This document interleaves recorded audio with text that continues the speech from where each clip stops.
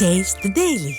சிவகங்கை மாவட்டம் திருபுவனம் அருகே கண்மாய் நிரம்பியதால் வெளியேறிய நீர் விவசாய நிலங்களில் புகுந்து பயிர்கள் சேதமடைந்துள்ளது. கிருதுமால் நதியில் நீர் திறக்கப்பட்டதால் நயினார்பேட்டை கிராமத்தின் அருகே உள்ள ராங்கியன் கண்மாய் நிரம்பி உள்ளது.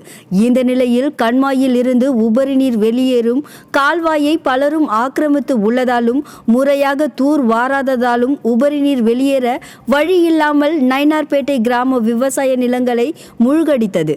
இதனால் பயிரிடப்பட்டிருந்த நெல், வாழை உள்ளிட்ட பல பயிர்கள் சேதமடைந்துள்ளது. எனவே அரசு விளைநிலங்களில் தேங்கியுள்ள மழைநீரை அகற்ற நடவடிக்கை எடுக்க வேண்டும் என விவசாயிகள் வலியுறுத்தி உள்ளனர். திறனற்ற திமுக அரசு முறையாக கண்மாயை தூர் வாராததால் பயிர்கள் சேதமடைவதாக விவசாயிகள் குற்றம் சாட்டியுள்ளனர். போதுமானது. ஆனா எங்க கிராமத்துல அருகில் உள்ள ராங்கியங்கம்மான்னு சொல்லி அந்த கம்மா ஃபுல்லா நிறைஞ்சு அதோட உபரி நீர், அதாவது வெளியேற தண்ணி கம்மா உடஞ்சிருன்னு சொல்லி வெளியேற்றுற நீர் எங்களோட 4வது மடையில எங்க வாய்க்கா திருப்பனங்கம்மா எங்களுக்குரிய வாய்க்காலில் கலக்கிறதுனால அந்த தண்ணி வெளியேற முடியாம குடியிருப்பு பகுதி மற்றும் விவசாய பகுதிகளில் பூராமே கம்ப்ளீட்டா சுத்தி இடுப்பளவு தண்ணிக்கு மேல இருக்கிறதுனால எங்களுக்கு எதுவுமே செய்ய முடியல.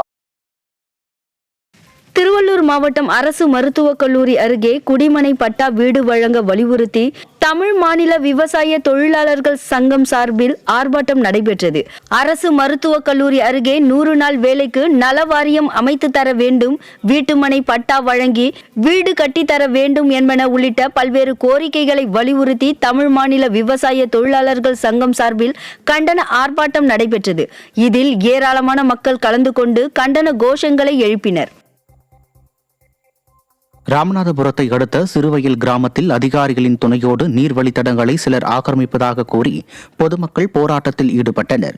ஊரணிக்கு வரக்கூடிய வரத்து கால்வாயை மற்றொரு கிராமத்தினர் மணல் மூட்டைகளை கொண்டு அடைத்து வைத்திருப்பதால் விவசாய நிலங்கள் பாதிக்கப்படுவதாக குற்றச்சாட்டு எழுந்துள்ளது. இது தொடர்பாக தாசில்தார் ஆய்வு செய்து ஆக்கிரமிப்புகளை அகற்றுமாறு உத்தரவிட்டும் பொதுப்பணித்துறை அதிகாரிகள் நடவடிக்கை எடுக்க மறுத்து வருகின்றனர். இதனால் ஆத்திரமடைந்த பொதுமக்கள் 100க்கும் மேற்பட்டோர் மாவட்ட ஆட்சியர் அலுவலகத்தில் கண்டன ஆர்ப்பாட்டத்தில் ஈடுபட்டனர்.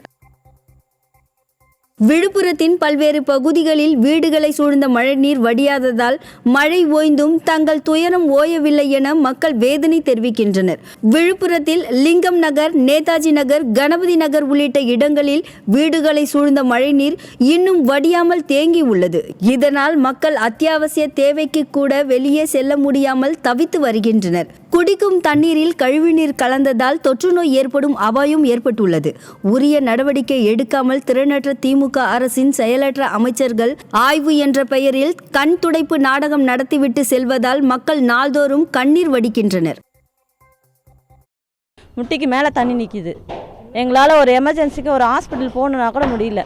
குடிக்கிற தண்ணியிலலாம் சாக்கடை தண்ணி கலந்துருக்கு. நாங்கள் என்ன பண்ணுறது? குடிக்க தண்ணி வாங்க கூட எங்களால் இந்த இடத்த விட்டு நகர முடியல.